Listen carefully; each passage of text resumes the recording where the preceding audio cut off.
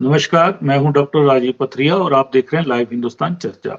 आज हम चर्चा करने जा रहे हैं कि सुक्खू सरकार का वायदा था, एक गारंटी थी कि हम 300 यूनिट तक बिजली हिमाचल प्रदेश में फ्री देंगे, निःशुल्क देंगे। लेकिन अफसरशाही ने एक ऐसा प्लान तैयार कर दिया है और उसको अभी कुछ दिनों में इम्प्लीमेंट भी करने जा रहे हैं, जिससे हिमाचल प्रदेश में बिजली महंगी हो जाएगी। बिजली का करंट हर उपभोक्ता को लगेगा, लगभग सालाना ₹200 से ज़्यादा का अतिरिक्त बिल आएगा। उसका कारण बनेगा स्मार्ट मीटर। एक केंद्र सरकार की आरडीएसएस योजना के तहत मात्र 390 करोड़ की ग्रांट लेने के चक्कर में 3000 करोड़ का कर्ज उठाकर 26 लाख उपभोक्ताओं को स्मार्ट मीटर लगाने जा रही है। मीटर की कीमत ₹10,000 से ज़्यादा है, वो भी वसूली जाएगी और ब्याज की दरें देनी है तो वो भी उपभोक्ताओं से वसूला जाएगा। हालांकि ये टेंडर पिछली सरकार अपने इलेक्शन ईयर में किया था, लेकिन वो जब फाइनल स्टेज में था सरकार बदल गई और सुक्खू सरकार से जब मुख्यमंत्री के ध्यान में यह मामला आया तो मुख्यमंत्री ने खुद इस टेंडर को रद्द करने की हिदायत दी। इसी बीच टेंडर रद्द हो गया, लेकिन अब कुछ माह पहले जब बिजली बोर्ड का जो इंजीनियर कैडर से एमडी आता है वो बदल दिया गया। एक आईएएस को अतिरिक्त चार्ज देके फिर से ये टेंडर करवा लिया गया है। अब टेंडर फाइनल स्टेज में है और इस टेंडर से दिक्कतें भी आएंगी, बहुत आएंगी। उपभोक्ताओं को अतिरिक्त हर माह चुकाना पड़ेगा। जबकि बिजली बोर्ड की हालत ये है, थोड़ा सा आंकड़े जो मेरे पास हैं, 2750 करोड़ के घाटे में ये बिजली बोर्ड चल रहा है। वहीं 9000 के करीब पद खाली हैं इस बोर्ड में। तो दिक्कतें बहुत हैं। कहीं न कहीं इस योजना से बिजली बोर्ड बंद होने के कगार पे भी आ सकता है। तो आज हम इसी विषय पे चर्चा करने जा रहे हैं और आज हमारे साथ चर्चा में भाग ले रहे हैं बिजली बोर्ड कर्मचारी यूनियन के महासचिव हैं, बड़े कर्मचारी नेता हीरालाल वर्मा जी आज हमारे साथ जुड़े हैं। कांग्रेस की तरफ से सुशांत कपरेड जी हमारे साथ जुड़े हैं और भाजपा की तरफ से चेतन बरागटा जी हमारे साथ जुड़े हैं। तो मैं सबसे पहले वर्मा जी से जानना चाहूंगा, वर्मा जी क्यों इस टेंडर के पीछे पड़े हुए हैं अधिकारी? क्या उनका इंटरेस्ट क्या है? उनका जब इंटरेस्ट एक बार है? रद्द हो जब एक जाता है, बार दूसरी बार फिर कर रद्द हो दिया जाता है, जाता है। दूसरी बार फिर कर दिया जाता है। जी, वर्मा जी। जी, अच्छा, हाँ, इसमें राजू जी हम कहना चाहेंगे, एक तो ये कहना चाहेंगे कि गवर्नमेंट ऑफ इंडिया जो पब्लिक सेक्टर जितने की भी है उनके पीछे हाथ होके पड़ी है। और हम कह जी, सकते हैं जो हमारा बिजली बोर्ड है, डिस्कॉम जो है जो बिजली वितरण करती है, हिंदुस्तान के जितने का डिस्कॉम है उसमें मात्र कुछ चंद बोर्ड बचे हैं, बाकी आपके अनबंडलिंग हो चुकी है। और उसके अब निजीकरण की ओर आगे गवर्नमेंट बढ़ रही है। उसके लिए उसने बिड डॉक्यूमेंट लाया और पार्लियामेंट में एक कानून लाया कि इसमें संशोधन करके इनका निजीकरण किया जाए।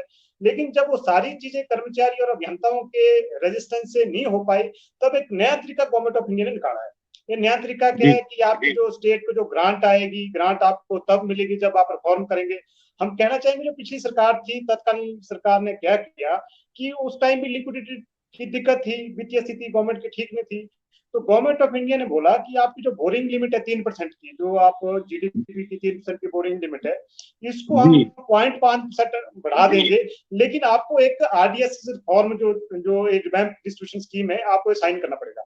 तत्कालीन गवर्नमेंट ने, जयराम ठाकुर जी ने वो आपका साइन किया, ट्राइपेटाइट जो मेमोरेंडम साइन हुआ government of India Madhya Pradesh बिजली बोर्ड का, और उसके तहत आरडीएस स्कीम मध्य प्रदेश में आई। और इसका जो जैसे आपने बताया, इसके पीछे मंशा क्या है? इसके पीछे मंशा ये है कि डिस्कॉम में एक बड़े कॉर्पोरेट को एंट्री देनी है कि डिस्कॉम का अगर जी, आपको कानून से इसका निजीकरण नहीं हो पा रहा है तो किसी दाएं बाएं से एंट्री देकर इसको बड़े घराने के हैंडओवर करना है। तो उसी के तहत एक ग्रांट के तहत 3701 करोड़ का जो गवर्नमेंट ऑफ इंडिया के साथ साइन हुआ, उसमें दो कंपोनेंट है। एक आपका स्मार्ट मीटरिंग है लगभग, जिसमें 1800 करोड़ का स्मार्ट मीटरिंग है और 1900 करोड़ का आपका इंफ्रास्ट्रक्चर इंप्रूवमेंट है। और गवर्नमेंट ऑफ इंडिया ने बड़े प्लान्ड वे में कहा है, अगर आपने इंफ्रास्ट्रक्चर इंप्रूवमेंट में जाना है, 90% ग्रांट लेनी है, तो आपको स्मार्ट मीटरिंग करनी पड़ेगी, जिसमें मात्र ग्रांट आपकी 390 करोड़ की है। तो एक मतलब हम कह सकते हैं आज की डेट में गवर्नमेंट ऑफ इंडिया जो फेडरल स्ट्रक्चर है देश का, उसमें जहां राज्य सरकारों की वित्तीय स्थिति खराब है, उसका नाजायज फायदा उठा के अपने एजेंडों को स्टेट में डाल रही है। जबकि बिजली आपका एक कंकरेंट लिस्ट में, उसमें स्टेट का भी कानून बनाने का अधिकार है और सेंट्रल का भी है। अब हम स्टेट के परिप्रेक्ष्य में कहना चाहेंगे कि हम माननीय मुख्यमंत्री से मिले और माननीय मुख्यमंत्री ने आपकी आरडीएसएस जो स्मार्ट मीटरिंग के टेंडर हुए तो पीछे जैसे ही सत्ता में उन्होंने रद्द किए। लेकिन अब आज की परिस्थिति में मुझे नहीं लग रहा आज जो हमारे चेयरमैन हैं चेयरमैन भी लगभग मेरे ख्याल तो दिनों में बात है, 15 दिन है, 20 दिन है रिटायरमेंट के लिए, और एमडी बिजली बोर्ड में एडिशनल चार्ज में है। एडिशनल चार्ज में मीन इसके 2 महकमे पहले ही है।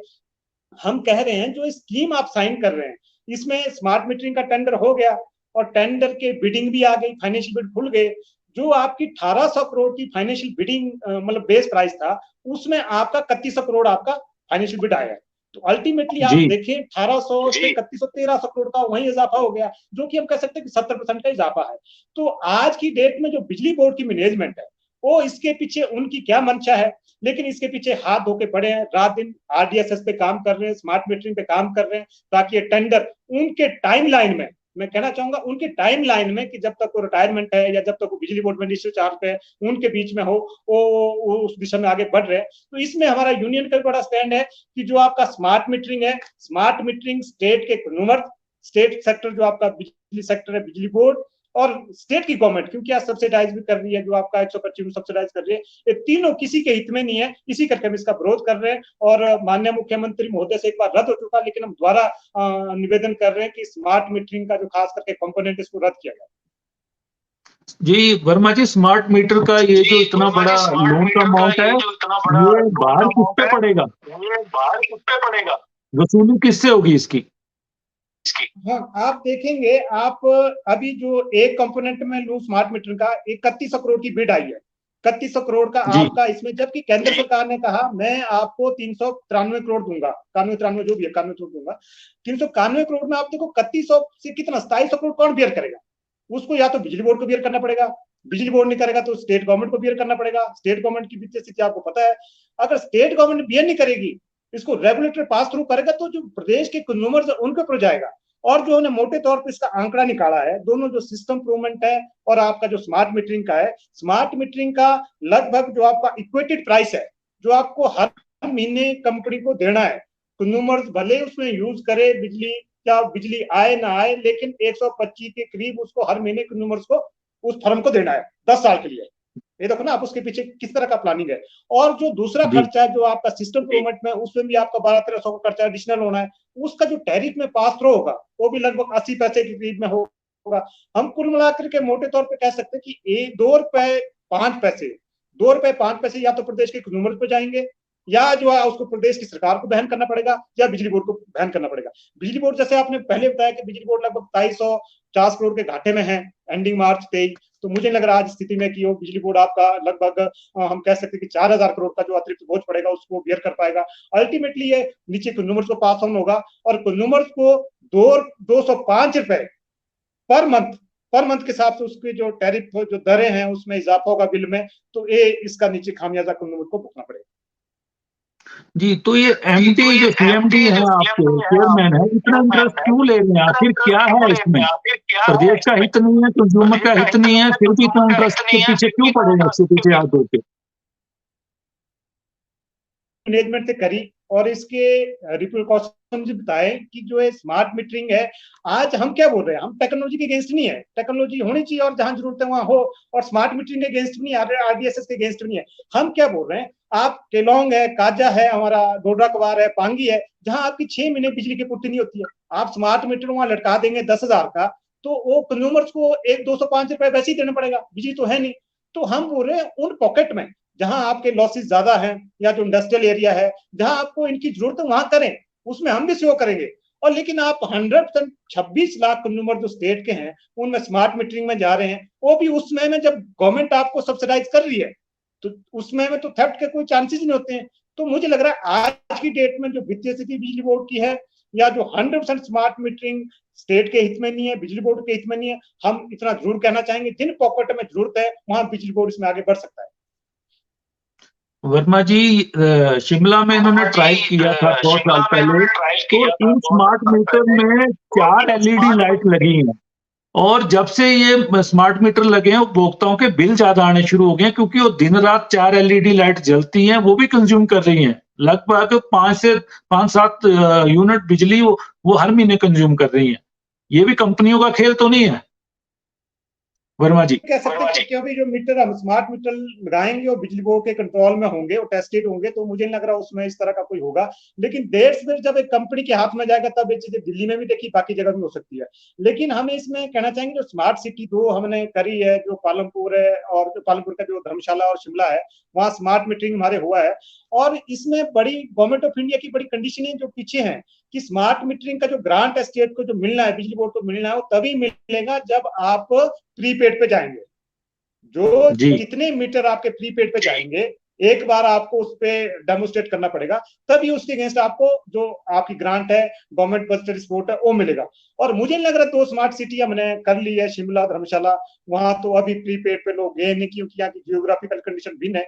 तो मैं ये कहना चाहूंगा जो ग्रांट भी मिलेगी, जो ग्रांट आपकी 1601 है, 390 करोड़ है जो ये मिलेगी, तो ये भी तभी मिलेगी जब आपके जो पैरामीटर है, टारगेट है, जो आरडीएसएस में रखे गए उनको अचीव करेंगे, और उसकी संभावना बड़ी कम है। हम मोटे तौर पे जो हम कहना चाहेंगे लगभग 6000 करोड़ का बोझ जो है स्टेट गवर्नमेंट पे, स्टेट एक्सचेकर पे या बिजली बोर्ड पे या केंद्र बोर्ड पे इसका पड़ेगा। जी जी। चेतन जी, आप सुन रहे थे कि कांग्रेस का गारंटी थी, वायदा था निःशुल्क बिजली का, लेकिन जो करने जा रहे हैं अधिकारी, कहीं ना कहीं सरकार की रजामंदी भी होगी, जाहिर है सरकार की रजामंदी है, इसलिए टेंडर पहले रद्द होता है, फिर दोबारा लगाया जाता है, एमडी बदला जाता है, चेयरमैन पूरा इंटरेस्ट लेते हैं कि ये मेरी रिटायरमेंट से पहले पहले ये टेंडर हो जाए किसी भी सूरत में। और जो रेट आते हैं 1800 करोड़ का बेस प्राइस है टेंडर का, 3100 करोड़ का रेट, जैसा कि वर्मा जी ने कहा है, आता है। तो ये तो उपभोक्ताओं पे 205 रुपए 10 साल के लिए तो बंध गए उपभोक्ता। ये कैसा वायदा रहा, और अपोजिशन क्या कर रही है इस पे? डॉक्टर साहब, ये बहुत ही इंपॉर्टेंट विषय आपने लिया। और अभी तक जब से चुनाव हुए हैं, मुझे लगता है ये तो एक आस्ते आस्ते के बहुत बड़े स्कैम की तरफ जाता दिख रहा है मुझे। अब वो कौन है ये व्यक्ति जो ये जबरदस्ती उनसे इस तरह के स्मार्ट मीटरिंग को इम्प्लीमेंट करने की कोशिश कर रहा है? मैं जरा वर्मा जी की बात को ले लूं। देखिए वर्मा जी, मैं मानता हूँ ये कॉन्करेंट लिस्ट है, पर मेजोरिटी जो इसके कानून है हिमाचल प्रदेश के अंदर, वो हिमाचल प्रदेश गवर्नमेंट उसको डिसाइड करेगी। अगर आपको ग्रांट नहीं चाहिए गवर्नमेंट ऑफ इंडिया से, कोई इशू नहीं है, आप चलिए, हम बिल्कुल उसके साथ है। कैसे जो ये 2750 करोड़ की जो डेफिसिट है, जो लॉसेस है एचपीएसीबी का, वो पूरा हो, उसको उसको उसके बारे में हमारे को सोच विचार करना चाहिए। परंतु मेरा सवाल ये हमारे जो यहाँ पे कांग्रेस के प्रवक्ता है उनसे जरूर होगा, जब आपने इसको पहले रद्द किया तो अब ऐसा क्या जरूरत पड़गी कि इसको आप उसको दोबारा से टेंडर को लेकर आ गए हैं? क्यों इस टेंडर को लाना पड़ा? कौन है वो व्यक्ति जो रिटायर होने वाले हैं आईएएस अफसर? कौन है वो व्यक्ति जिनको अनसीट किया गया? पहले हमारे क्षेत्र के काल्टा जी थे, उसके बाद डडवाल जी थे, उसके बाद आपने एक नॉन टेक्निकल व्यक्ति को वहां पे लेकर आए। क्यों अभी तक गवर्नमेंट जो जिसको मैं बोलता हूँ पोल्स के बारे में, ट्रांसफार्मर्स के बारे में, जो लगातार हमारी वोल्टेजेस की इश्यूज हैं, डिस्ट्रीब्यूशन की इश्यूज है, उसके बारे में इतना चर्चा करते हुए हम दूसरी चीजों की ओर जा रहे हैं। देखिए स्मार्ट मीटर अगर करना भी है तो मुझे लगता है, और एज ए ऑपोजिशन पार्टी हम भी यही राय दे सकते हैं कि आप इसको स्टेजेस वाइज करिए, क्यों पहले कमर्शियल सेक्टर्स को उठाइए। अब जैसे मेरा मानना है कि सिरमौर में जो मैंने थोड़ा बहुत पढ़ा, इसको 2017 में इम्प्लीमेंट भी किया गया था और वहां पूरी तरह से फेलियर हुआ था। पहले तो उसके उसके बारे में हमारे को जरूर यहाँ पता होना चाहिए। और वर्मा जी आप इसके बारे में बता दीजिए कि क्यों फेल हुआ था, क्या उसकी सीख एचपीएसीबी ने ली। तो ये बहुत बड़े इश्यूज हैं। मुझे लगता है ये इसको जो हिमाचल प्रदेश की सरकार है उनको उसके बारे में सोचना चाहिए। और इन्होंने एक गारंटी में, मैं बार बार हर डिबेट में इसको बोलता हूँ, 125 यूनिट भारतीय जनता पार्टी जयराम ठाकुर की सरकार ने उनको यहाँ पे दिए थे, 300 यूनिट इन्होंने कमिट करे थे। पर आज जो मैं इनके फाइनेंशियल देख रहा हूँ एचपीएसीबी के, तो दे आर इन रेड। इसको कैसे हम पूरा करेंगे, तो मैं यही जानना चाहता हूँ। चेतन जी, जयराम जी की भी जो योजना थी, जो अंत में आई 125 यूनिट की, वो भी धराशायी हो जाएगी इससे। वर्मा जी का कहना है 205 रुपए तो फिक्स रेंट आएगा, चाहे बिजली यूज करो चाहे ना करो। 125 यूनिट फ्री है, बिल नहीं आता है जो छोटे, जो कम यूजर है इसके, अब उनको 205 रुपए उनको भी आएगा। देखिए इन्होंने दो उदाहरण दिए। एक उदाहरण दिया जिसमें इन्होंने बोला कि जो फार फ्लंग एरियाज हैं, जैसे फॉर एग्जांपल हमारे क्षेत्र में डोडरा का, और मैं भी मानता हूँ वहां पे तो काफी टाइम तक तो बिजली नहीं होती, तो अगर वो 205 रुपए उनको देने पड़े तो क्या होगा? अगर अतिरिक्त इनको जो इससे फायदा होगा वो अप्रोक्सीमेटली 53 करोड़ का होगा। पर 53 करोड़ तो हमारी जेब से जाने हैं ना। अगर जो 125 यूनिट, आप बिल्कुल मैं इस बात से सहमत हूँ। मुझे लगता है कि सरकार पूरी तरह से इस इश्यू पे कंफ्यूज्ड है, और सुशांत जी इस पे ज्यादा लाइट दे सकते हैं कि ये क्या क्या क्या दिक्कत है इसमें और कैसे इसको सरकार आगे रिजॉल्व करना चाहेगी। जी, सुशांत जी, बिजली बोर्ड में क्या खेल हो रहा है? क्यों सरकार को फेल करने में अधिकारी लगे हैं? कहीं मुफ्त बिजली का वायदा, दूसरी तरफ से कंज्यूमर के जेब से 205 रुपए हर महीने निकालना और करोड़ों रुपए का कर्ज लाद देना। ये क्या खेल खेल रहे हैं अधिकारी? क्यों इनके ऊपर अंकुश नहीं लगा पा रहे हैं मुख्यमंत्री? देखिए राजीव जी, जिस तरीके से हीरालाल वर्मा जी ने एक बेसिक स्मार्ट मीटर की जो स्टोरी एक्सप्लेन किया, उसमें जो केंद्र सरकार की जो अहम भूमिका है, क्योंकि पृष्ठभूमि तो केंद्र सरकार की ओर से बनी है, किस प्रकार से केंद्र सरकार ने फंडिंग पैटर्न को, जो हमारी फंडिंग होती है स्टेट को, जिसमें भिन्न भिन्न प्रकार की ग्रांट्स आती है, उसको रोकने की कवायद और किस प्रकार से सिस्टम को रेगुलेट करने की जो कोशिश है वो केंद्र सरकार द्वारा की जा रही है, वो इन ब्रीफली एक्सप्लेन किया। साथ ही साथ जिस तरीके से चेतन जाटव जी ने कहा कि उन्होंने स्वयं माना कि पिछली भाजपा की सरकार में ये टेंडर किए गए, तो अगर आज दोबारा से वीरभद्र जी के टाइम में भी किए थे, वीरभद्र जी के टाइम में भी किए थे सुशांत जी, रद्द होते रहे, लेकिन रद्द होते रहे क्योंकि ये प्रदेश के हित में नहीं थी योजना। सुक्खू जी ने भी रद्द किया, लेकिन अधिकारियों ने पता नहीं उनको क्या पढ़ाया, दोबारा से टेंडर कर दिए। देखिए सर, इसी चीज से मैं आपको ये आपके ध्यान में ये चीज लेकर आना चाह रहा हूँ कि जहां तक बात रही प्रदेश के हितों को बचाने की, प्रदेश के हितों को सेव करने की, तो उस चीज में एक बड़ा क्लियर सा मैंडेट है प्रदेश की सरकार का। ठाकुर सुखविंदर सिंह सुक्खू जी की जो ये सरकार है, उसका क्लियर मैंडेट है। अगर अभी हम ये एक तरह का हम ये ले रहे हैं, हमारा ये आकलन है कि इतना जो बिजली का जो अतिरिक्त हो जाएगी, जो पर मंथ जो कॉस्टिंग है वो इतनी आएगी, लेकिन जब तक ये चीज इंप्लीमेंट नहीं होती, ये चीज कहना टेक्निकली इनकरेक्ट है कि ये जो चीज है ये पड़ेगी। अगर ठीक है हमने मान लिया पड़ेगी, लेकिन आप एक चीज और भी देखिए कि इस चीज को इम्प्लीमेंट करवाने के लिए कितना फोर्सफुली स्टेट ने हिमाचल प्रदेश की सरकार के ऊपर अप्रोच किया।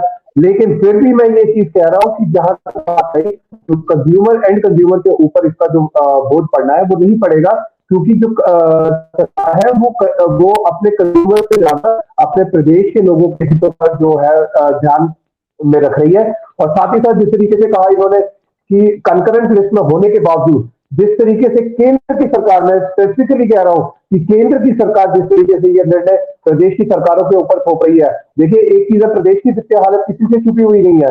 प्रदेश की अगर आज की डेट में इकोनॉमी है, उसमें बहुत बड़ा जो रोल है वो सेंट्रल एडेड फंड्स का है। अगर सेंट्रल एडेड फंड्स बंद हो जाते हैं तो प्रदेश की सरकार को डेफिनेटली बहुत बड़ा लॉस होता है। अभी वैसे भी कटौती कर दी गई है, जो बोरिंग लिमिट है वो भी हिमाचल की कम हुई। बहुत सारे फैक्टर्स है जो चेतन जी को भी पता है, आपको भी पता है, पिछली डिबेट में भी लिए गए हैं। तो ये जो कहना है कि जी इतना जो एंड कंज्यूमर पे इसका बोझ पड़ेगा, वो प्रैक्टिकली मुझे नहीं लगता कि कंज्यूमर के ऊपर इसका बोझ आएगा। हाँ, जहां तक लॉसेस की बात है, क्योंकि 250 करोड़ रुपए के 250,000 करोड़ का जो हमारा डेफिसिट है बिजली बोर्ड का, वो डेफिनेटली इंक्रीज होगा, लेकिन प्रदेश के जो कंज्यूमर्स है उनके ऊपर इसकी मार जो है वो नहीं पड़ेगी। मैं एक बात यहाँ पे ऐड करना चाहता हूँ डॉक्टर साहब। ये मेरे को लगता है ये सिर्फ हिमाचल के लिए नहीं था, ये लोन जो भी दिया गया पूरी इंडिया के लिए दिया गया। वैसे ही उत्तर प्रदेश को भी दिया गया, उत्तर प्रदेश ने इसको बंद किया, नहीं लिया। ये चेतन जी, कहीं ना कहीं मोदी सरकार की जो योजनाएं हैं प्राइवेट सेक्टर को बिजली क्षेत्र में शामिल करने की योजनाएं हैं, केंद्र के एक्ट के तहत ये काम करवाए जा रहे हैं।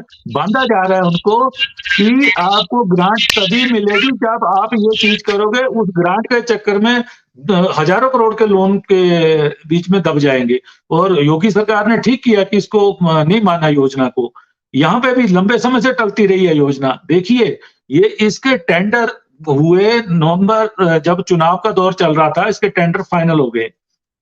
5 कंपनियां आई इसमें।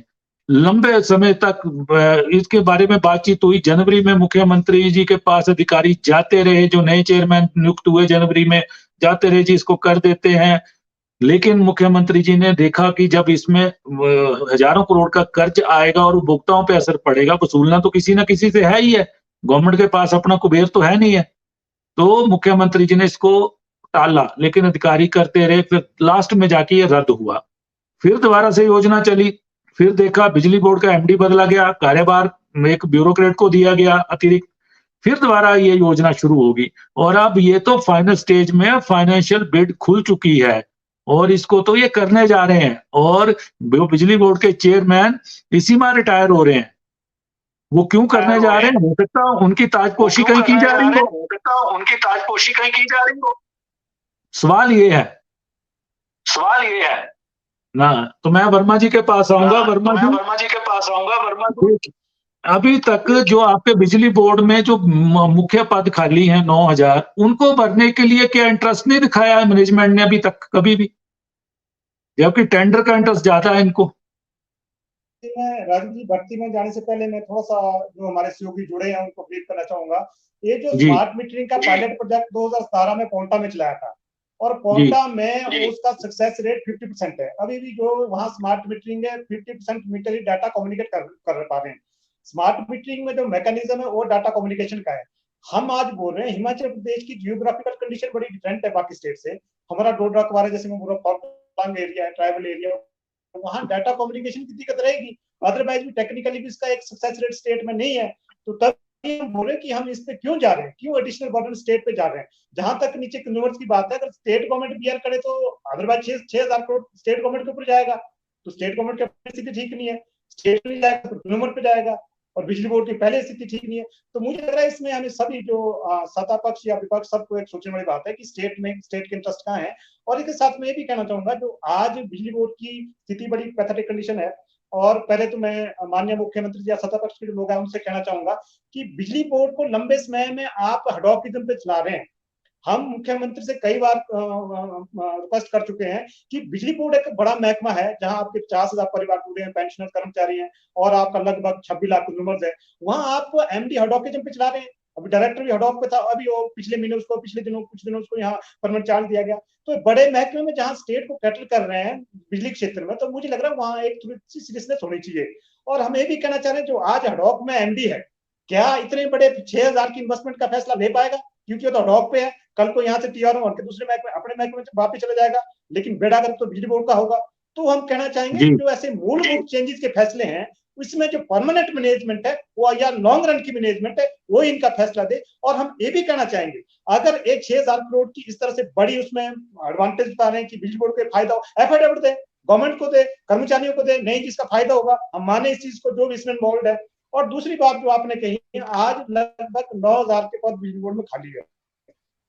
और आप देखेंगे पिछले दिनों 2 दिन पहले आपका निर्मंड में एक बच्चे का हादसा हुआ, और 20 दिन पहले आपका हरकी में पोल से बच्चा गिरा, जो टीम में जो नए भर्ती हुए हैं। और मैं कहना चाहूंगा, जो राजा साहब ने 13 में भर्तियां शुरू की, लगभग 4-5 हजार नए बच्चे बिजली बोर्ड में आए। लेकिन आज भी शॉर्टेज है। उस शॉर्टेज करके जहां आपके 3 लोग कंप्लेंट अटेंड करने जाने चाहिए थे, वहां एक आदमी जा रहा है और वो पोल पे जा रहा है, गिर रहा है, फिर 1.5 घंटे के बाद 3 घंटे के बाद उसको देख रहे हैं। तो ऐसे में बड़ी पैथेटिक कंडीशन है। ये भी हम कहना चाहेंगे कि ऑर्गेनाइजेशन एक ऐसा सेक्टर नहीं है कि हम कर्मचारियों के इसके हित है, इसमें स्टेट के हित है, और स्टेट के जो बिजली भोक्ता उनके हित है। आज आप देखेंगे पूरे हिंदुस्तान में एचपीएससी बिजली बोर्ड एक ऐसा बोर्ड है जो बेस्ट सर्विसेज दे रहा है, और इवन कर्मचारियों की शॉर्टेज के बाद बेस्ट दे रहा है, और एक सस्ते में अब बिजली दे रहा है। बाकी स्टेट में देखिए, हरियाणा में 9 रुपए हैं, 10 रुपए हैं, मतलब सारी चीजें। तो ऐसे में मैं दोनों पक्ष विपक्ष दोनों से निवेदन करना चाहूंगा, इस सेक्टर को बचाने का फायदा प्रदेश की जनता को ही मिलेगा। तो इस करके जो भी इसके फैसले होंगे उसमें दोनों मिलकर के आगे बढ़े। डॉक्टर साहब, मैं तो सबसे पहले तो एचपीएससी को साधुवाद देता हूँ। मैं आपको ये कमेंडेबल जॉब ये लोग कर रहे हैं। ऑलमोस्ट ये 50-60 साल से बहुत बढ़िया काम कर रहे हैं। हमने खुद देखा है जब 6-6 फुट बर्फ होती है, कैसे ये लोग काम करते हैं। हमारे क्षेत्र में भी काफी हानियां हुई है पोल से। जब बिजली को ठीक करते हुए काफी लोगों का वहां पे उन्होंने जो, जिसको मैं बोलता हूँ अल्टीमेट सैक्रिफाइस, जानने गवाई है उन्होंने, जानने भी। परंतु एक मैं लार्जर पॉइंट यहाँ रखना चाहता हूँ। देखिए, मैं उस मुद्दे पे फिर आ रहा हूँ, उसको आप प्लीज पॉलिटिकली मत लेना डॉक्टर साहब। ये है पॉलिसी पैरालिसिस इस सरकार का। इनके पास एक फुल फ्लेज्ड मंत्री तक नहीं है जो पावर मिनिस्टर है जिसको कर सके। इनके पास कोई मुख्यमंत्री भी देख रहे हैं डिपार्टमेंट को, उनको रखना चाहिए ना फिर किसी मंत्री को वहां पे। अभी तो उनके 2-3 मंत्री के पद खाली है। जैसे अभी मैं आपको ओवरऑल हिमाचल का पर्सपेक्टिव देने की कोशिश कर रहा हूँ। बोर्ड ऑफ डायरेक्टर्स ये नहीं बना पाए, चेयरमैन ये नहीं बना पाए, कुछ पॉलिसीज को आगे लेके नहीं जा पा रहे हैं। तो मुझे लगता है पहले सुखविंदर सुक्खू जी को जो इनके ऑर्गेनाइजेशन में जो गैप्स हैं उसको पूरा करना चाहिए, सरकार में भर्तियां करनी चाहिए, उसके बाद प्रोफेशनली इन चीजों को हैंडल करना चाहिए। एक और मैं यहाँ पे मुद्दा रखना चाहता हूँ जिसको मैंने अभी पहले ओपनिंग स्टेटमेंट में भी रखा था, जो जहां टेक्नोक्रैट्स की जरूरत है, अगर किसी बैंकर की जरूरत है, किसी जिसको मैं बोलता हूँ जहां ब्यूरोक्रेसी की जरूरत नहीं है, जहां पे टेक्नोक्रैट की जरूरत है, वहां टेक्नोक्रैट को ही रखिए। एचपीएससी का जो जो हेड करना चाहिए वो किसी ऐसे व्यक्ति को करना चाहिए जिसको HPSCB की और पूरे पावर सेक्टर की जानकारी हो। ये मैं यहाँ से आपको बताना चाहता हूँ। जी, सुशांत जी, चेतन जी ने कहा कि जिस अधिकारी को एक बड़े ओहदे से पिछली सरकार हटाती है, उसको मुख्यमंत्री जी इतने बड़े बिजली बोर्ड के चेयरमैन पद का दायित्व दे देते हैं। पहले उस टेंडर को खुद रद्द करते हैं जो भाजपा के शासनकाल में था, फिर कुछ माह बाद नीचे अधिकारियों की टीम बदल के लगातार प्रेशर बना के दोबारा किया जाता है और अभी इतना प्रेशर है कि इसको 30 तारीख से पहले अवार्ड कर दिया जाए। ये कहीं स्कैम की तरफ तो नहीं बढ़ रहे हम, किसी प्रस्तावित स्कैम हो जाए? देखिए राजीव जी, चेतन जी ने जो बात कही उसका जो एक मूल सारांश निकल के आ रहा है कि जो केंद्र की सरकार है, जो मोदी सरकार है, वो किस तरीके से प्राइवेटाइजेशन को एक पूरे देश भर में इम्प्लीमेंट करना चाह रही है। जहां तक रही बात, चेतन जी ने कहा कि जी अभी आपके चेयरमैन के पद खाली है, आपके विभिन्न बोर्डों के चेयरमैन लगने हैं। आज यही चेतन जी कह रहे हैं कि पद खाली है, भरे नहीं जा रहे। जिस दिन ये पद भरे जाएंगे उसी दिन यही चेतन जी कहेंगे कि फिजूल खर्ची हो रही है और प्रदेश में चेयरमैन की पोस्टें भरी गई। प्रदेश पहले जो मैंडेटरी संकट से गुजर रहा है, ये कहेंगे जो वित्तीय संकट है, ये कहेंगे वित्तीय संकट प्रदेश के ऊपर पड़ा हुआ है, वो और बढ़ता जा रहा है। देखिए, अब आपको कहीं ना कहीं तो एक सेट सिस्टम पे आना पड़ेगा। आप ये कह रहे हैं कि जहां पर टेक्नोक्रेट की आवश्यकता है टेक्नोक्रेट रखिए, लेकिन एक चीज आप देखिए कि प्रदेश की जो सुक्खू सरकार है, वो जितना समय रहा है अभी तक, आप एक भी अफसर की जो नियुक्ति हुई है, वो नियुक्ति जिस तरीके से पिछली सरकार में होती थी, डिसीजन लिए जाते थे। मैं एक चीज चेतन जी आपके ध्यान में लाना चाहूंगा, शाम को एक नोटिफिकेशन होती थी, अगले दिन 12 बजे से पहले वो नोटिफिकेशन वापस ले ली जाती थी। आप मुझे प्रदेश में ये बताइए कि ऐसा आपने कहां देखा? मैं तो अभी भी गर्व के साथ कह रहा हूं कि इतना सेफ हमारी ब्यूरोक्रेसी के ऊपर सरकार ने रखा है कि जो डीसी और एसपी उस समय कार्यरत थे भाजपा की सरकार में, आज भी वो डीसी की पोस्ट पे कार्यरत है। तो डेफिनेटली जहां पर आपको सिस्टम में डीसी शिमला वही है, चले गए कि वही है? डीसी शिमला वही है सर। अच्छा, कुछ लोग रह गए हैं, बाकी तो बदल दिए हैं धीरे धीरे करके। देखिए, आप एक ही देखिए कि सिस्टम में जिस तरीके से सेफ से रीइंपोर्स करके आपने लोगों को आगे अपने आप को प्रूव करने का मौका दिया है, ये बहुत कम सरकारों में ऐसा होता है। अदरवाइज सरकार बदलती है, वैसे ही पेटा पार्टी शुरू हो जाती है, किसी को शिमला से उठा के ऐसे खुड्डे लाइन डिपार्टमेंट में भेज दिया जाता है। लेकिन यहाँ पर विंडेक्टिव पॉलिटिक्स नहीं है। यहाँ पर अगर आप देखें तो ठहर के डिसीजन लिए जा रहे हैं। अभी आपको हो सकता है चेतन जी अटपटा लग रहा हो ये डिसीजन, लेकिन जहां पर एंड कंज्यूमर की बात आएगी, एंड कंज्यूमर से इस चीज का जो मार है वो नहीं पड़ेगी, क्योंकि प्रदेश के मुख्यमंत्री की कार्यशैली जो है वो किसी से छुपी भी नहीं है। वो आम आदमी के दर्द को पहचानते हैं, आम परिवार से निकले हैं। तो हमारा कांग्रेस पार्टी का ये मानना है कि इस प्रकार से जो आर्थिक बोझ है वो किसी भी रूप में कस्टमर्स के ऊपर नहीं पड़ेगा। सुशांत जी, सबसे बड़ी बात ये है कि कर्ज में डूबी हमारी सरकार है और हम वेतन देने के लिए कर्ज ले रहे हैं हर माह, और हमारी ट्रेजरी ओवरड्राफ्ट में चली जाती है। फिर ये 6,000 के नए कर्ज की हमें क्या जरूरत है? हम नहीं माने, हम हमारे स्टेट में हमारी कांग्रेस की सरकार है, वो केंद्र की योजना को ना माने। यूपी ने नहीं माना, यूपी में तो भाजपा की सरकार है, जैसा कि चेतन जी ने कहा। क्यों बोझ के तले दबे हम? या स्टैंडर्ड में कोई इंटरेस्ट है कहीं ना कहीं? मेरा सवाल ये। देखिए राजीव जी, जो आप ये बात कह रहे हैं, मैं इसको दूसरे तरीके से लेकर चलता हूँ। आज मुख्यमंत्री जी की एक बड़ी क्लियर सी स्टेटमेंट आई है कि हम अपना चानन प्रोजेक्ट वापस लेंगे।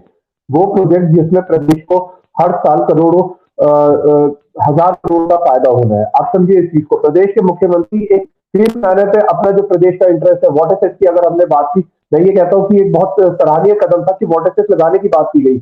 आज पड़ोसी राज्य उस चीज को अपोज कर रहे हैं, लेकिन सबसे अच्छी बात यह है कि हम चंडीगढ़ में अपना स्टेक मांग रहे हैं। कहीं ना कहीं इनिशिएटिव लिए जा रहे हैं प्रदेश सरकार द्वारा। अब जहां तक किसी बोर्ड में अगर इस प्रकार की कोई धांधलेबाजी, अगर आपको जिस प्रकार से आपको लग रहा है, लेकिन मैं नहीं समझ पा रहा हूँ कि किसी प्रकार की धांधलेबाजी हो रही है। अगर ये हो रही है तो संगठन के माध्यम से डेफिनेटली, क्योंकि आज अगर अभी मैं डिबेट में पार्टिसिपेट कर रहा हूँ तो इसके बाद ये इसका जो फीडबैक है मैं वो डेफिनेटली ऑर्गेनाइजेशन के माध्यम से सरकार को पहुंचाऊंगा। ये चीजें हमें पता चलिए, काइंडली लुक इनटू इट, क्योंकि संगठन का काम है वो चीजें जो बातें पता चलती है उसको सरकार तक पहुंचाए। वो जो सकारात्मक भूमिका है वो हम निभाते हैं और हम ये चीज गर्व से कहते हैं। हम सरकार के आंख कान नाक है, अगर हम ये चीजें आगे कम्युनिकेट नहीं करेंगे तो कौन करेगा। लेकिन जो एक लार्जर मैंडेट में बात आ रही है वो यहीं पर आ रही है कि जो केंद्र की सरकार है वो किस प्रकार से अपनी नीतियां प्रदेश के ऊपर थोपती जा रही है। आप एक चीज है, अभी आपको ये लग रहा है, चेतन जी को ये लग रहा है कि आप मत लीजिए, आप ये जो आपको जो ये वाली जो स्कीम है या जो ग्रांट है वो मत लीजिए, लेकिन एक चीज और है तो देखिए इसके साथ साइमल्टेनियसली आरडीएसएस के साथ साथ और भी ग्रांट्स है। अगर आप इसमें 390 करोड़ रुपए 700 स्मार्ट मीटर से डाल रहे हैं तो 1800 करोड़ रुपए तो आपका इंफ्रास्ट्रक्चर डेवलपमेंट के ऊपर भी है। देखिए ये चीजें एक लार्जर पैरामीटर में सोचने की बात है। लेकिन टेंडर 3100 करोड़ का आ गया है जो 1800 करोड़ का लगाया है। देखिए सर, कॉस्ट वर्मा जी ने जो आंकड़ा दिया बड़ा चुकाने वाला है ये। राजीव जी मैं तो कह रहा हूँ कॉस्ट एस्केलेशन हर चीज की होगी। आप किसी चीज को 6 महीने बात करेंगे तो 71% एस्केलेशन कैसे हो सकती है? कौन देगा इसको मंजूरी? देखिए सर, ये तो टेक्निकल टीम को देखना है, फाइनेंशियल टीम को देखना है कि इज इट प्रैक्टिकली करेक्ट और नॉट। आप देखिए 71% अगर जिस तरीके से वर्मा जी कह रहे हैं, डेफिनेटली ये कर्मचारी है उसी विभाग के, तो ये गलत फिगर क्यों देंगे। लेकिन जो टीम वहां पर टेक्निकल बिड के लिए बैठी है, जो फाइनेंशियल बिड को चेक कर रही है, उन्हें ये पैरामीटर देखने की इतना ज्यादा इंक्रीज क्या है, उसकी जस्टिफिकेशन क्या है। लेकिन प्रेशर बनाया जा रहा है कि इसको जल्दी से जल्दी अलॉट करें। सवाल ये है क्यों इतना इंटरेस्ट हो रहा है अधिकारियों का? देखिए सर, मैं एक चीज जानता हूँ, प्रेशर में बो डाउन करने वाले प्रदेश के मुख्यमंत्री ठाकुर सुखविंदर सिंह सुक्खू जी नहीं है। वो इतनी जल्दी प्रेशर पे बो डाउन नहीं होता। राजीव जी ये चीज आप भी जानते हो और चेतन जी आपने भी वर्किंग स्टाइल में जाहिर है फिर ये टेंडर भी रद्द होगा जाहिर है, ऐसा लगता है जी।